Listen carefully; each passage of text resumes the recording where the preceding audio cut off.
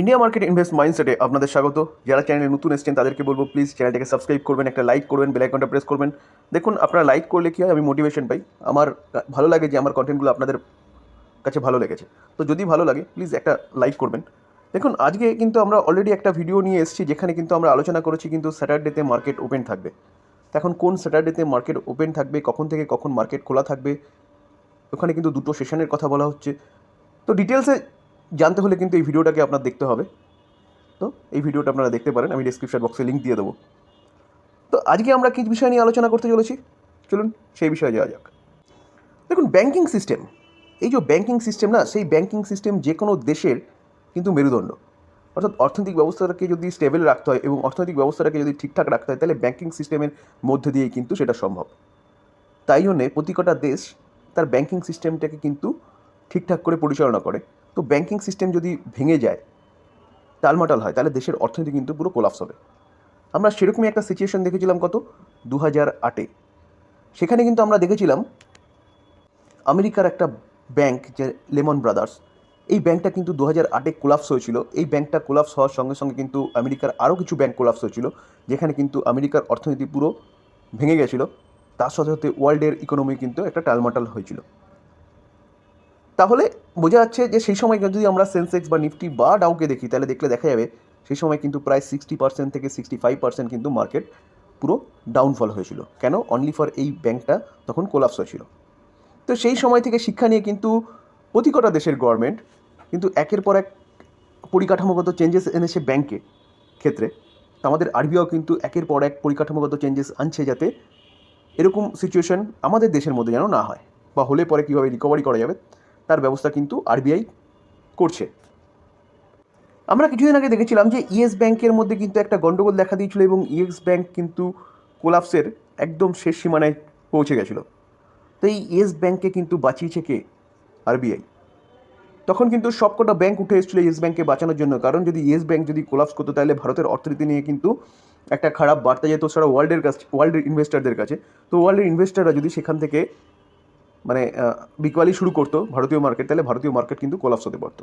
তো তড়িঘড়ি কিন্তু আরবিআই আমাদের এই ইয়েস ব্যাংকে কিন্তু বাঁচিয়েছিল, তার সাথে সহযোগিতা করেছিল এসবিআই বলুন, এইচডিএফসি বলুন, প্রতি কটা ব্যাংক কিন্তু এই ইয়েস ব্যাংকে বাঁচানোর জন্য সহযোগিতা করেছিল এবং সেই ইয়েস ব্যাংক কিন্তু এখন ঘুরে দাঁড়িয়েছে।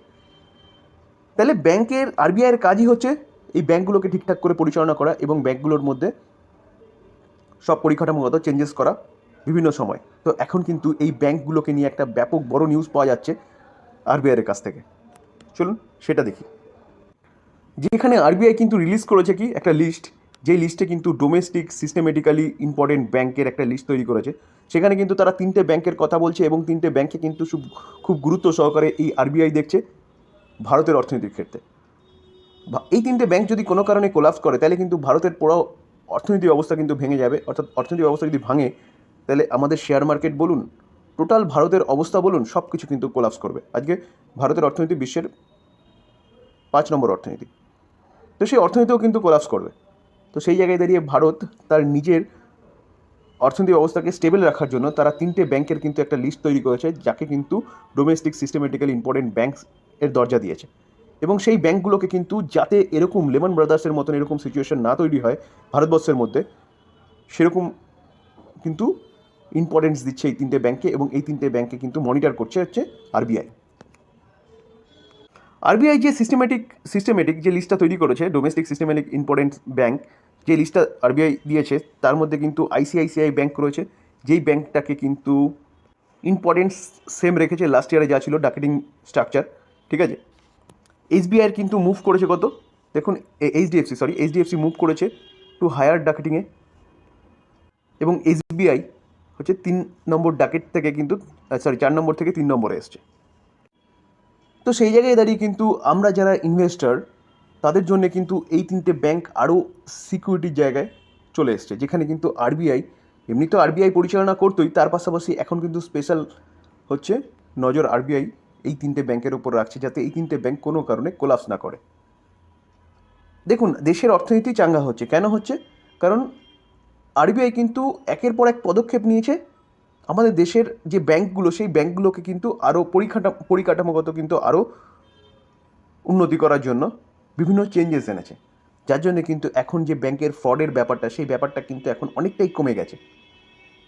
যার জন্য কিন্তু পিএসইউ ব্যাঙ্কগুলোর মধ্যে অনেকটা আপসাইড মুভমেন্ট দেখা যাচ্ছে, কারণ কি ম্যাক্সিমাম ক্ষেত্রে দেখা যায় যে পিএসইউ ব্যাঙ্কগুলো কিন্তু হচ্ছে এই ফ্রডের কবলে পড়ে।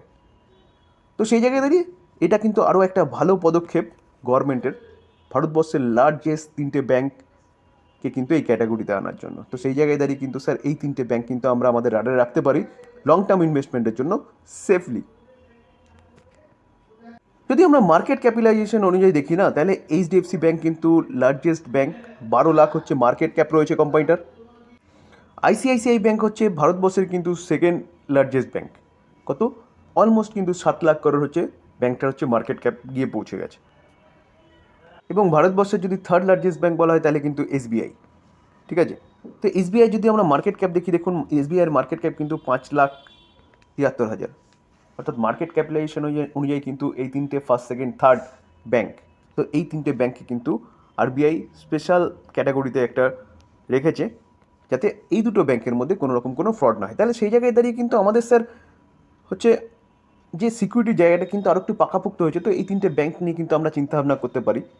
তো এবার যদি বলা যায় যে এই 3টে ব্যাংকের মধ্যে কোন ব্যাংকটাকে আপনি প্রথমে রাখবেন, যদিও বা 3টে ব্যাংকে হচ্ছে ভালো ব্যাংক ভারতবর্ষের মধ্যে, তো আমরা যদি গ্রোথ হিসাবে দেখি তাহলে কিন্তু আইসিআইসিআই ব্যাংকের মধ্যে কিন্তু রিসেন্টলি একটা ভালো গ্রোথ দেখা যাচ্ছে। কোম্পানিটা কিন্তু কন্টিনিউয়াসলি তার প্রফিটেবিলিটি বাড়াচ্ছে, এনপিএ কমাচ্ছে, প্রভিশন কমাচ্ছে, আর প্রফিটেবিলিটি কিন্তু বাড়ছে। তো আমরা যদি ব্যাংকটার রিটার্ন দেখি, দেখলে দেখা যাবে 1 বছরে ব্যাংকটা কীরকম রিটার্ন দিচ্ছে, 12%। ওকে, আমরা যদি ব্যাংকটার 5 বছর রিটার্ন দেখি, 5 বছর রিটার্ন দেখলে দেখা যাবে 173% কিন্তু ব্যাংকটা রিটার্ন দিয়েছে। তো এই ব্যাংকটাকে ফার্স্ট ক্যাটাগরির মধ্যে রাখা যেতে পারে 3টে ব্যাংকের মধ্যে। এই ব্যাংকটা যদি পি রেশিও দেখি, দেখুন অনলি ফর 17, একদম পারফেক্ট পি রেশিও রয়েছে। রিটার্ন অন ক্যাপিটাল এমপ্লয় যদি দেখি তাহলে 6 রয়েছে, এবং রিটার্ন অন ইকুইটি দেখি তাহলে দেখলে দেখা যাবে 17 রয়েছে। তো রিটার্ন অন ইকুইটি কিন্তু যথেষ্ট ভালো রয়েছে, ফেস ভ্যালু 2 রয়েছে, অর্থাৎ কোম্পানিটা কিন্তু পরবর্তীকালে স্প্লিটও দিতে পারে। দেখুন আমরা আইসিআইসিআই ব্যাংকের যদি কম্পাউন্ড সেলস গ্রোথ দেখি, দেখুন 10 বছরে 10%, 5 বছরে 14%, 3 বছরে 13%, কারেন্ট ইয়ারে কিন্তু 36%।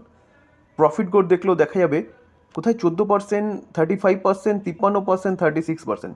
তো প্রফিট গ্রোথ কিন্তু সেলস গ্রোথের থেকে কিন্তু প্রফিট গ্রোথ কোম্পানিটা ব্যাপক ভালো করেছে প্রিভিয়াস ইয়ার দেখলে দেখা যাবে। তো আমরা যদি স্টক সিজিআর গ্রোথ দেখি, দেখুন স্টক সিজিআর গ্রোথ দেখলেও দেখা যাবে কোম্পানিটা কিন্তু 10 বছরে 17% এবং 5 বছরে 23%, 3 বছরে 24% এবং কারেন্ট ইয়ারে কিন্তু 12% করে দিচ্ছে, ঠিক আছে। আমরা রিটার্ন অন ইকুইটি যদি দেখি ROE, তাহলে দেখলে দেখা যাবে 10 বছরে দেখুন 12%, 5 বছরে 12%, 3 বছরে 15%, কারেন্ট ইয়ারে কিন্তু 17%। তাই রিটার্ন অন ইকুইটি থেকে কিন্তু রিটার্ন যেটা সেটাও কিন্তু যথেষ্ট ভালো আসছে।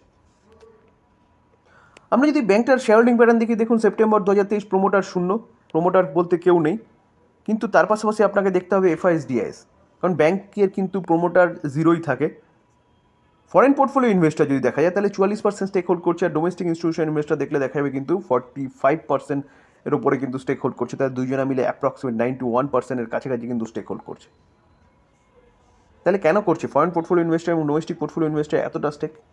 নিশ্চয়ই কোম্পানিটার মধ্যে দম আছে, কারণ তারা কিন্তু আমাদের কাছ থেকে অনেক বেশি ইনফরমেশন রাখে কোম্পানি সম্বন্ধে। দেখুন যদি পাবলিকের শেয়ার হোল্ডিং প্যাটার্ন দেখি তাহলে দেখলে দেখা যাবে 9.8% কিন্তু পাবলিক রয়েছে। দেখুন মিউচুয়াল ফান্ড যদি দেখি তাহলে দেখলে দেখা যাবে, দেখুন মিউচুয়াল ফান্ড কিন্তু প্রায় 30%-এর কাছাকাছি স্টেক হোল্ড করছে, 83টা মিউচুয়াল ফান্ড রয়েছে।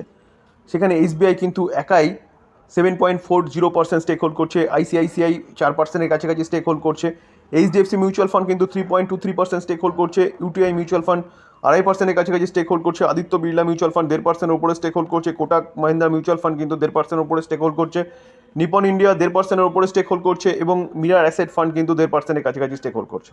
তাহলে এতগুলো ফান্ড রয়েছে, তাহলে বুঝতে পারছেন তো কোম্পানিটার বিজনেস কীরকম করছে, বা কোম্পানিটার মধ্যে আপসাইড পোটেনশিয়াল কীরকম আছে, বা কোম্পানিটা কীরকম।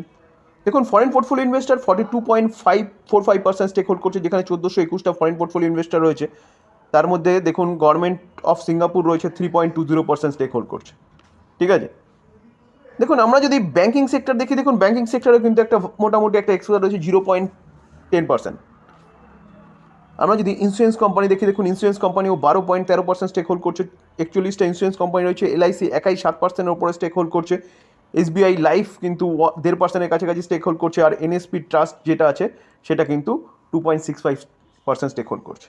তাহলে কোম্পানির মধ্যে যদি দম না থাকতো স্যার, তাহলে কিন্তু এতগুলো মিউচুয়াল ফান্ড, এত ইন্স্যুরেন্স কোম্পানি, এত ফরেন পোর্টফোলিও ইনভেস্টর, এত হচ্ছে সিঙ্গাপুর গভর্নমেন্ট এখানে কিন্তু থাকতো না। তো এই ব্যাংকটা নিয়ে কিন্তু চিন্তাভাবনা করার আছে। সেকেন্ড নাম্বারে যদি রাখতে হয় তাহলে আমি বলবো এইচডিএফসি ব্যাংক। এইচডিএফসি ব্যাংক এখন যদিও ব্যাংকটা হচ্ছে লাস্ট 2 বছর 2.5 বছর ধরে একটা কনসোলিডেট পিরিয়ডে চলছে, কারণ এত বড় ব্যাংকটা হচ্ছে কি মার্জ হয়েছে এইচডিএফসি লিমিটেডের সাথে। তো এইচডিএফসি লিমিটেড কিন্তু বিভিন্ন ইন্ডেক্স ফান্ডে, আমাদের ইন্ডেক্সের পার্ট ছিল, বিভিন্ন ইন্ডেক্স ফান্ডের যেসব টাকাগুলো এর মধ্যে ছিল সেই টাকাগুলো কিন্তু যেহেতু মার্জ হয়ে গেছে, তাই তাদের কী করতে হয়েছে, তাদের কিন্তু এইচডিএফসি ব্যাংকের স্টেকটাকে সেল করতে হয়েছে। শুধু এই ইন্ডেক্সটা না, আরও বিভিন্ন ইন্ডেক্সে ছিল, এমএসসিআই ইন্ডেক্সে ছিল। তো তাই জন্যে কিন্তু এই ফান্ডটার থেকে একটা আউটফ্লো দেখা গেছে, যার জন্য কিন্তু এই ব্যাংকটার থেকে আউটফ্লো দেখা গেছে, যার জন্য এই ব্যাংকটা কিন্তু হচ্ছে কনসোলিডেট পিরিয়ডে ছিল অনলি ফর মার্জারের জন্যে। তার পাশাপাশি রেট হাইক তো একটা ব্যাপার আছে। তো আমি এই ব্যাংক নিয়ে ডিটেলস আলোচনা করলাম না, কারণ এই ব্যাংক নিয়ে কিন্তু কালকে আমি ডিটেলস আলোচনা করেছি। আমি থাম্বনেলে রেখেছিলাম এফডি না করে এই ব্যাংকে টাকা রাখলে কিন্তু কয়েক গুণ রিটার্ন কিন্তু আপনাকে বানিয়ে দেবে এফডির থেকে। তো আমি ডেসক্রিপশন বক্সে লিঙ্ক দিয়ে দেবো, যারা দেখতে চান তারা কিন্তু দেখে নিতে পারেন। আমি ডিটেলসে এইচডিএফসি ব্যাংক নিয়ে আলোচনা করেছি। তো 3 নম্বর যে পজিশনে রাখবো, চলুন সেটাকে দেখে নিই। 3 নম্বর ব্যাংক হিসেবে কিন্তু state bank of India, SBI, যেটা 3 নম্বর ব্যাংক কিন্তু রয়েছে মার্কেট ক্যাপিটালাইজেশন অনুযায়ী।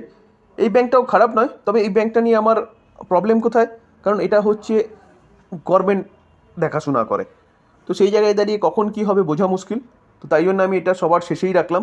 দেখুন এই ব্যাংকটাও কিন্তু রিটার্ন ভালোই দিয়েছে, কারণ 1 বছরে 4% রিটার্ন দিয়েছে। ওকে, আমরা যদি ব্যাংকটার 5 বছর রিটার্ন দেখি, দেখুন 5 বছরে 115% রিটার্ন দিয়েছে, মানে মোটামুটি আপনি এক্সপেক্ট করতে পারেন 5 বছরে ডবল। ঠিক আছে, আপনি যদি ম্যাক্সিমাম চার্ট প্যাটার্ন দেখুন ম্যাক্সিমাম চার্ট প্যাটার্ন দেখলে দেখা যাবে ম্যাক্সিমাম চার্ট প্যাটার্নে ব্যাংকটা হচ্ছে 4152% রিটার্ন দিয়েছে। কখন থেকে? 1999 থেকে। তো সেই হিসাবে কিন্তু দেখলে দেখা যাচ্ছে ব্যাংকটার মধ্যে বিশাল কিছু যে একটা গ্রোথ আছে সেরকম ব্যাপার নয় কিন্তু। ঠিক আছে, তো এখন কিন্তু ব্যাংকটা ভালো করছে, তো এই ব্যাংকটা আপনারা নজরে রাখতে পারেন। দেখুন আমি বলছি বলে এই নয় যে আমার কথাই আপনাকে মানতে হবে। ঠিক আছে, আমরা যদি পি রেশিও দেখি, দেখুন পি রেশিও 8.40 রয়েছে। আরও রিটার্ন অন ক্যাপিটাল এমপ্লয় যেটা দেখি সেটা দেখলে দেখা যাবে 5.20। আরও যথেষ্ট ভালো রয়েছে 16.8।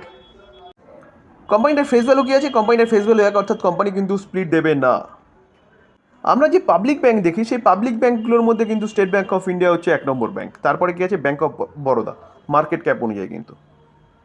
দেখুন কম্পাউন্ড সেলস গ্রোথ দেখলে দেখা যাবে কি 10 বছরে 8%, 5 বছরে 9%, 3 বছরে 3% এবং কারেন্ট ইয়ারে কিন্তু 29%। প্রফিট গ্রোথ দেখলে দেখা যাবে 12%, 76%, 50%, 66%। তো প্রফিট গ্রোথটা কিন্তু যথেষ্ট ভালো রয়েছে। আমরা যদি স্টক সিজিআর গ্রোথ দেখি তাহলে দেখলে দেখা যাবে, দেখুন 10 বছরে 14% করে দিয়েছে, 5 বছরে 17% দিয়েছে, 3 বছরে 32% দিয়েছে, কারেন্ট ইয়ারে কিন্তু 5%। আমরা যদি রিটার্ন অন ইকুইটি দেখি তাহলে রিটার্ন অন ইকুইটি কী ছিল? আগে 8 ছিল 10 বছরে, 5 বছরে 10, 3 বছরে 13, কারেন্ট ইয়ারে কিন্তু 17। তো রিটার্ন অন ইকুইটিও মোটামুটি ঠিকঠাক হয়ে গেছে লাস্টের দিকে। তো সিএজিআর গ্রোথও যথেষ্ট ভালো রয়েছে। তো সেই জায়গায় দাঁড়িয়ে কিন্তু এই ব্যাংকটা নিয়েও চিন্তাভাবনা করতে পারেন আপনারা।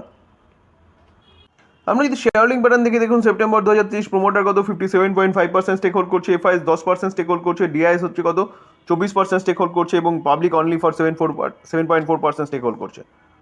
তো আমরা যদি প্রোমোটার দেখি, দেখুন প্রোমোটার কি আছে? প্রোমোটার 57.49 স্টেক রয়েছে কি সেন্ট্রাল গভর্নমেন্টের, যেখানে হচ্ছে অরিজিনাল যদি প্রোমোটার বলা যায় তাহলে হচ্ছে প্রেসিডেন্ট অফ ইন্ডিয়া।